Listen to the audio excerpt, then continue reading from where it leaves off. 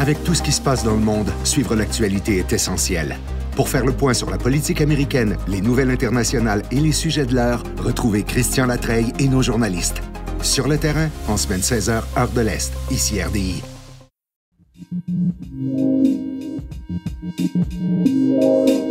Nous sommes le vendredi 12 septembre. Voici à la une.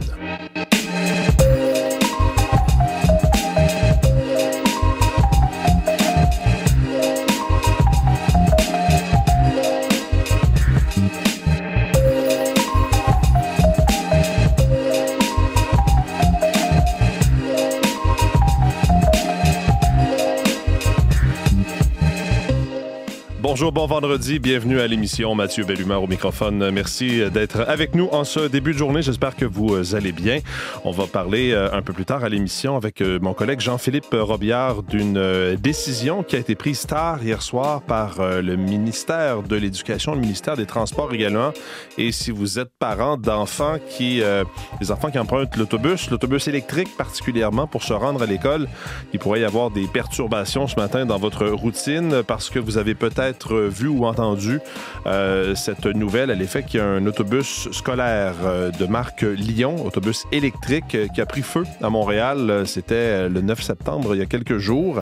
Personne n'avait été blessé, heureusement, mais étant donné cet événement, il y a eu une décision des autorités de mettre à l'arrêt de façon préventive 1200 autobus scolaires un peu partout au Québec. Donc, si votre enfant prend l'autobus pour se rendre à l'école et que cet autobus-là est un autobus Lion, évidemment, il risque d'y avoir des perturbations parce que je ne suis pas certain qu'il y ait assez d'autobus à essence pour remplacer tous ces autobus, ces 1200 autobus scolaires. On va suivre ça ce matin et Jean-Philippe Robillard va nous en reparler un peu plus tard.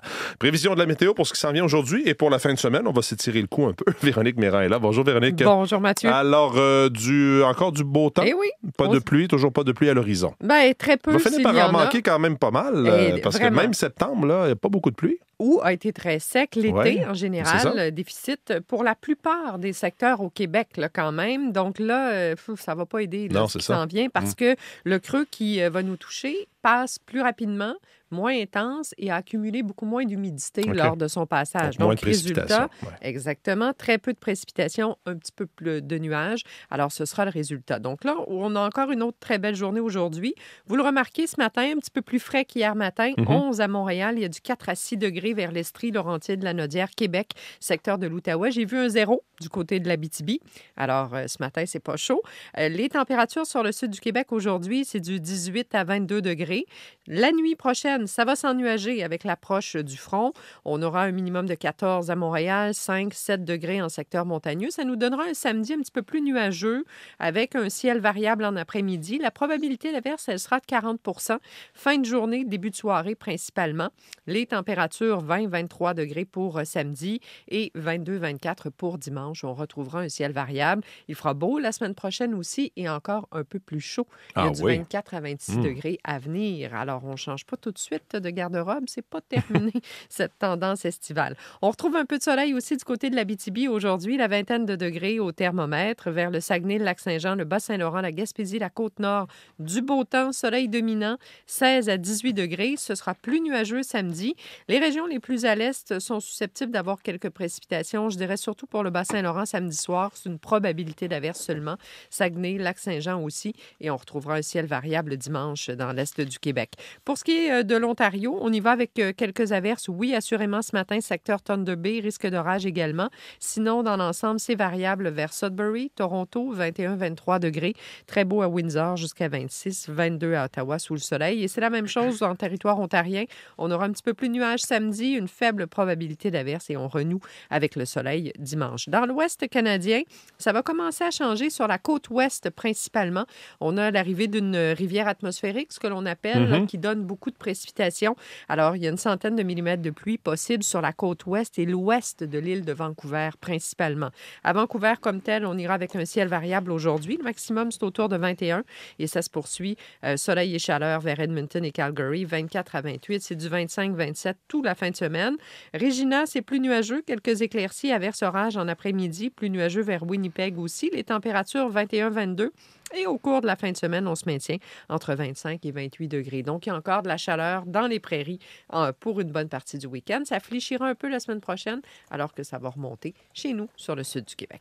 Merci beaucoup, Véronique. Bonne journée. Bonne fin de semaine. Et c'est vendredi, donc on va parler plus tard à l'émission avec Alexandra Chatzka. Elle va revenir sur ces drones en territoire polonais. On parlait de ça plus tôt cette semaine, donc elle va revenir sur les répercussions et les réactions en Europe. Je voulais vous dire ça qu'à la fin de l'émission, Alexandra sera avec nous. Pour tout de suite, les sports, Olivier Pellerin est en studio. Bonjour, Olivier. Bonjour. Alors, une nouvelle qui est tombée en fin de journée. Hier, ça touche la Ligue nationale de hockey, qui a finalement donné le feu vert à ses 5 joueurs d'équipe Canada Junior qui ont donc subi un procès et qui ont été acquittés d'accusations d'agression sexuelle. Et ces joueurs-là pourront donc réintégrer la Ligue nationale. Effectivement. Donc, c'est ce qu'a annoncé la Ligue nationale de hockey hier. C'était une décision qui était attendue. Donc, le 15 octobre prochain, ils pourront commencer à discuter avec les équipes et à signer un contrat avec la Ligue nationale, mais ne pourront pas disputer de match avant le 1er décembre prochain. C'est ce qu'a annoncé la Ligue nationale de hockey. Dans une espèce de bras de fer qui se dessinait avec l'association des joueurs, c'est pourquoi la Ligue a pris cette décision malgré sa déception par rapport aux actions qui ont été portées par les joueurs, même s'ils ont été acquittés. La Ligue nationale qui a condamné les actions, mais malheureusement, elle doit se plier justement à ces exigences de retour au jeu. Reste à savoir maintenant si des équipes de la Ligue nationale de hockey se risqueront. Réalistement, ces joueurs-là peuvent réintégrer la Ligue nationale? Ils le peuvent, mais est-ce que les équipes voudront prendre un risque? En forme aussi. Et puis, est-ce que les équipes, effectivement, vont pas prendre un risque de les réintégrer au sein avec tout ce qui vient avec? Certains d'entre eux ont joué en Europe durant leur absence de la Ligue nationale. Donc, certains seraient peut-être en état de jouer, mais lorsqu'on regarde et dans les différents papiers qu'on voit, les différents chroniqueurs qui se sont commis sur la question depuis l'annonce d'hier, on se demande si effectivement, c'est pas une question d'image aussi qui viendra déterminer si oui ou non un directeur général voudra se risquer. Dans le cas, je le rappelle, de Carter Hart, Michael McLeod, Dylan Dubé, Cal Foote et Alex Formanton. Certains joueurs ne sont pas des joueurs d'impact, donc on pourrait facilement passer et aller chercher des joueurs de 3e, 4e trio ailleurs sans avoir cette espèce d'aura sulfureux qui pourrait venir avec l'embauche de ces joueurs. Et certainement que ça va attirer aussi les critiques de plusieurs qui avaient vu cet acquittement comme une espèce de rebuffade. Donc reste à voir quelles seront les réactions au cours des prochains jours, mais déjà ça en a surpris plus d'un. Mais donc ces joueurs qui pourraient donc fouler la patinoire de la Ligue nationale dès le 1er décembre prochain. Belle performance pour le cycliste Pierre-André Côté lors de la 18e étape du Tour d'Espagne. On parle beaucoup d'Israël Premier Tech et de ses manifestations lors du Tour d'Espagne, mais là, hier, c'est pour un résultat. 18e étape, on en a parlé, un contre-la-montre individuel qui avait été amputé de 15 km, devait être de 27 km au départ. Finalement, on a roulé pour seulement 12 km. C'est Filippo Ganna qui a remporté l'épreuve en 13 minutes, mais sinon, 11e place pour Pierre-André Côté de Israël Premier Tech. Une belle performance pour lui, tout près du top 10 lors de cette épreuve. On s'entend, le Tour d'Espagne, c'est quand même un des grands tours. Donc,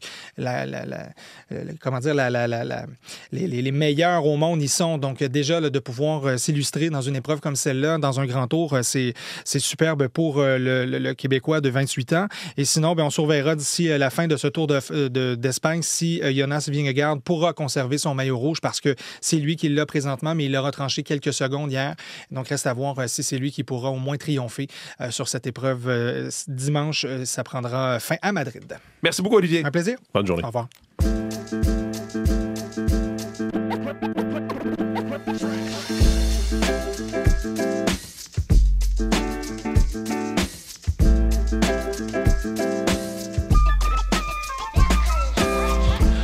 Revue de l'actualité maintenant. Je vais commencer par le site de radiocanada.ca qui nous apprend que les contrats de tous les ministères fédéraux seront scrutés à la loupe. C'est ma collègue Estelle Côté-Sroka qui vient de publier ce papier. Radio-Canada qui a appris que le gouvernement fédéral devra revoir ses contrats existants et futurs pour engranger des économies. Ça s'ajoute à cette mesure, bien sûr, de réduction des dépenses du gouvernement de 15 % qui a été demandée par les libéraux de Mark Carney. Donc, il y aura toute une analyse pour garantir des réductions de coûts. C'est une lettre qui a été obtenue par Estelle Côté-Sroka et qui a été envoyée à des hauts dirigeants des travaux publics et de l'approvisionnement. Donc, on veut viser une réduction des coûts de ces contrats fédéraux, nombreux contrats fédéraux. En une de la presse de ce matin, Montréal va perdre 200 000 résidents. C'est le titre de l'article de Maxime Bergeron. 200 000 résidents d'ici 2030. L'exode qu'a connu, écrit Maxime Bergeron, la métropole après la première élection du PQ en 1976 a marqué l'imaginaire collectif des Anglo et Crétiles qui ont fui en masse vers Toronto, des petites familles qui se sont exilées en banlieue. Ce mouvement migratoire a presque l'air négligeable par rapport à ce qui s'en vient. Et il cite des chiffres de l'Institut de la statistique du Québec qui projette une décroissance 2 fois plus élevée dans les prochaines années, selon le plus récent scénario. Donc, Montréal qui va perdre 201 000 résidents d'ici 2030, un recul de presque 10 % de sa population en 5 ans. C'est passé un peu sous silence, mais donc ce sont des chiffres de l'Institut de la statistique du Québec qui ont été publiés à la fin du mois de juillet. La presse nous parle aussi, et alors que Mark Carney, et ça fait aussi la une de plusieurs quotidiens, annonçait ses grands projets là, qu'il va prioriser, ces projets d'intérêt national, la presse parle du projet à Contrecœur, donc en banlieue de Montréal. La facture gonfle à Contrecœur.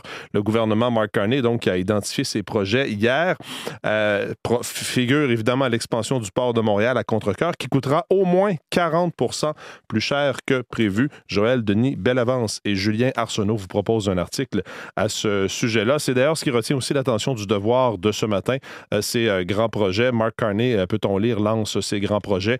Le premier ministre estime que 5 chantiers vont générer plus de 60 milliards pour l'économie et vont créer des dizaines d'emplois. Voilà, entre autres choses, ce qui retient l'attention. Sinon, dans le Journal de Montréal, on nous parle de PME qui perdent gros, victimes du gâchis Nordvolt, titre le Journal de Montréal.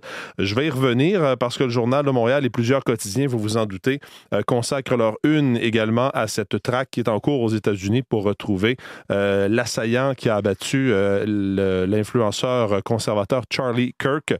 Selon un spécialiste, selon un professeur du département de sciences politiques de l'Université de Montréal et expert en violence politique, interrogé par le Journal de Montréal, donc le professeur Theodore McLaughlin, il dit qu'à court terme, il pense que beaucoup des partisans de Donald Trump et de Charlie Kirk vont faire des tentatives de vengeance. Il croit qu'il risque d'y avoir une montée de la violence politique, selon lui. Voilà ce qu'on peut lire dans le Journal de Montréal, qui donc raconte cette histoire de PME qui ont perdu beaucoup d'argent en raison de Nordvolt, et l'exemple donc de cet entrepreneur est donné en une du Journal de Montréal. 20 000 $ donc de perdus dans l'aventure Nordvolt.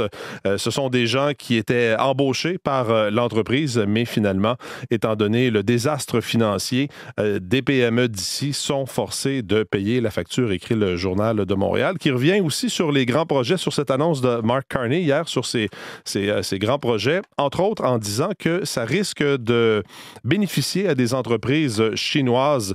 Selon le Journal de Montréal, on nous dit qu'il y a une entreprise chinoise qui a des droits miniers au territoire du Nord-Ouest et qui pourrait, grâce donc à l'ouverture du passage du Nord-Ouest, avoir accès à un gisement important, donc extrêmement riche, et ces droits miniers pour cette entreprise chinoise sont là depuis longtemps, et donc cette entreprise qui pourrait exploiter ce gisement minier, c'est à lire dans le Journal de Montréal de ce matin.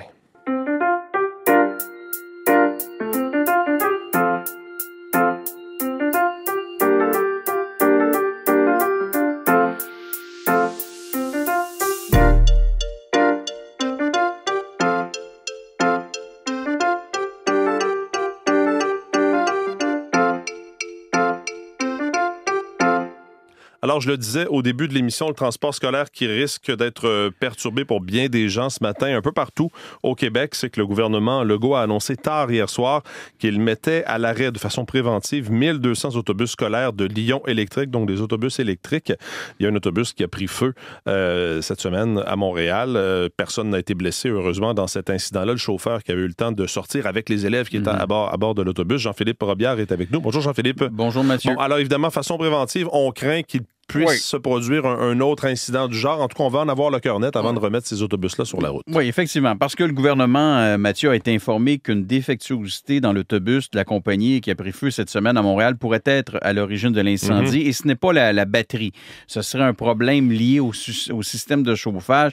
D'ailleurs, ce que j'ai appris ce matin, c'est que depuis mercredi, Mathieu, les chauffeurs ne peuvent plus activer le système de chauffage dans les autobus. Alors donc, le gouvernement, vous l'avez dit, qui a décidé de mettre à l'arrêt de façon préventive aujourd'hui les 1200 autobus de Lyon électrique pour que le transporteur puisse commencer, Mathieu, à inspecter ses véhicules pour tenter de trouver le problème, la défectuosité et éventuellement corriger la situation. Et ça, ça va se poursuivre, cette opération d'inspection-là, toute la fin de semaine afin de permettre, c'est ce qu'on espère, tant au gouvernement qu'à l'entreprise, de permettre la reprise du transport scolaire de façon normale dans les meilleurs délais. Et s'il y a des ajustements là, qui sont nécessaires sur les autobus, ce qu'on nous dit au gouvernement, c'est qu'il y a des alternatives qui seront éventuellement proposées aux parents pour le transport des enfants. C'est-à-dire que ça se poursuit encore à partir de lundi. Oui. Je viens de parler de tout ça avec Josée Dubé de la Fédération des employés du secteur public. Elle représente, son syndicat en fait,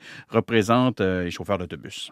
Bien, on salue la réactivité parce qu'effectivement, c'était un enjeu de santé publique et de sécurité au travail, évidemment, puis de sécurité de nos enfants. Alors, on salue la réactivité du gouvernement et on souhaite qu'il puisse régler rapidement le problème parce qu'on comprend que pour les parents, ce sera le chaos un peu aujourd'hui en espérant que ce ne soit pas lundi aussi. Oui, alors pour aujourd'hui, ça peut toujours passer, mais vous le disiez, ça va prendre des solutions de rechange si ces 1200 autobus restent dans les garages pour une longue période. Ce sera un casse-tête, évidemment, ce matin pour bien des gens qui doivent apprendre ça, peut-être à cette heure-ci avec nous. Là. Oui, quoique les centres de services scolaires, il y a des centres de services scolaires, Mathieu, qui ont averti quand même les parents hier soir. Okay. Hier soir, mais quand même, ça va être un casse-tête pour beaucoup de parents parce qu'il y a des milliers d'enfants un peu partout au Québec qui se retrouvent donc ce matin sans transport scolaire. On peut asseoir et imaginer, Mathieu, une cinquantaine d'élèves là, dans chaque autobus. 1000 autobus, 50 élèves, c'est 50 000 élèves donc, qui pourraient être touchés ce matin. Alors, pour beaucoup de parents, ça ne sera pas facile. Ça va leur créer, bien sûr, des inconvénients. Et de ce qu'on comprend, c'est qu'on est bien conscient de ça, tant au gouvernement que dans les centres de services scolaires. Mais on ne veut pas que d'autres incendies, comme celui de cette semaine à Montréal, se reproduisent en plein jour. D'ailleurs, il y en avait déjà eu d'autres autobus. Ailleurs au Québec, c'était déjà arrivé qu'il y avait un autobus de Lyon électrique qui avait pris feu, puis c'est également arrivé en Ontario aussi. Parfait, on va surveiller ça ce matin. Ouais. Merci beaucoup, Jean-Philippe. Merci, au revoir. Bonne journée.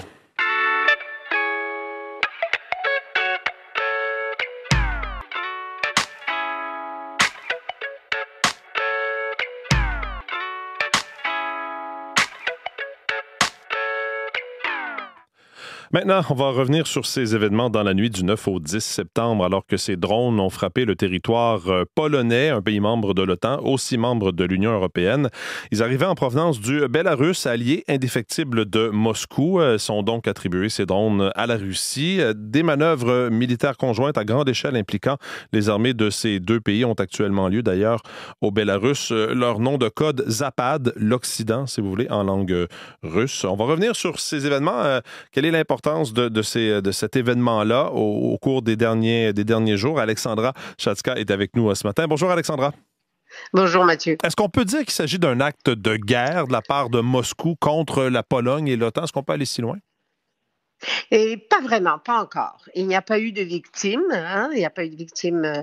Il y a une maison qui a été détruite. Et c'est d'ailleurs ce qu'a dit le premier ministre de Pologne et les responsables de l'OTAN. Ce n'est pas encore considéré comme un acte de guerre, mais certainement, c'est une provocation. C'est une façon délibérée de la part de Moscou de tester les systèmes de défense sur le flanc est de l'OTAN et aussi de tester la solidarité des pays de l'Alliance, tester la réaction américaine, tester la solidarité entre l'Europe et Washington, qui a été mise un peu à dure épreuve depuis le début du deuxième mandat Trump.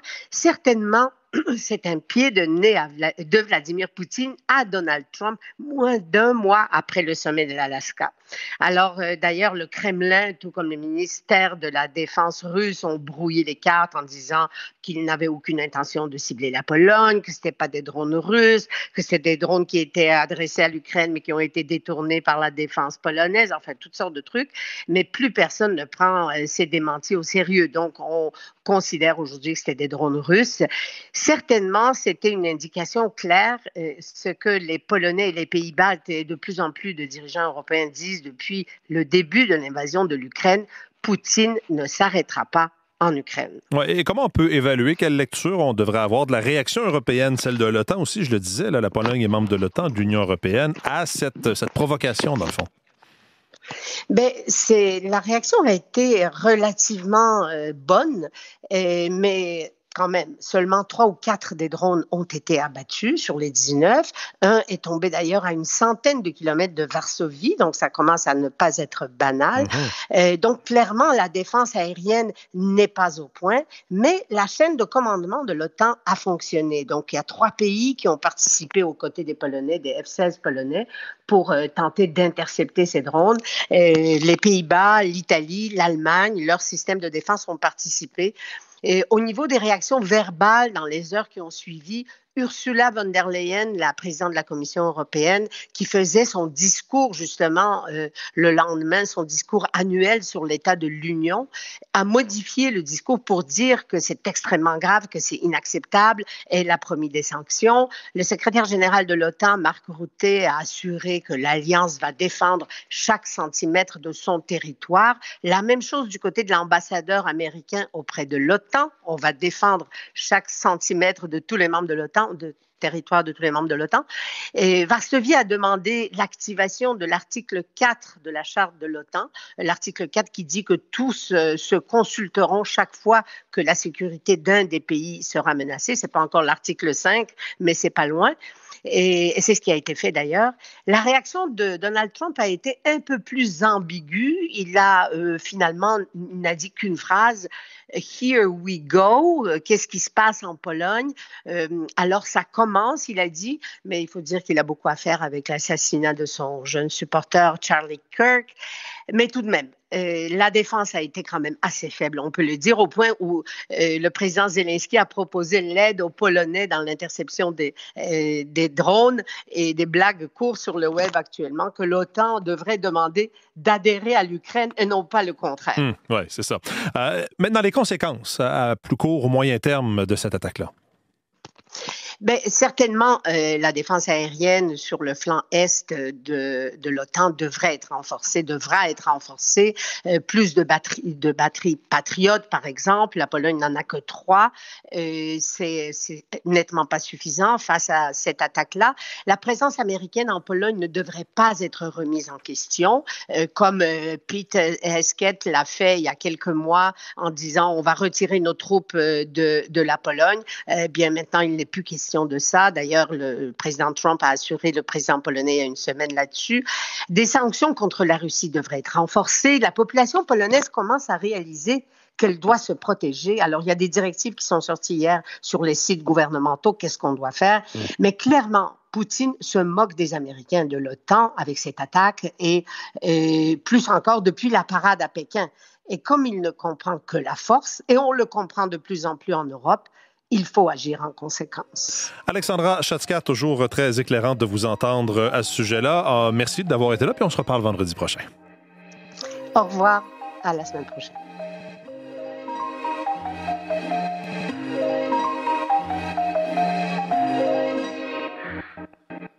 Voilà pour cette édition d'À la Une en ce vendredi 12 septembre. On va surveiller les conséquences, vous l'avez entendu avec Jean-Philippe, de ces 1200 autobus de Lion électrique donc, qui sont au garage étant donné cet incendie, et également la traque qui se poursuit pour retrouver l'assaillant de Charlie Kirk.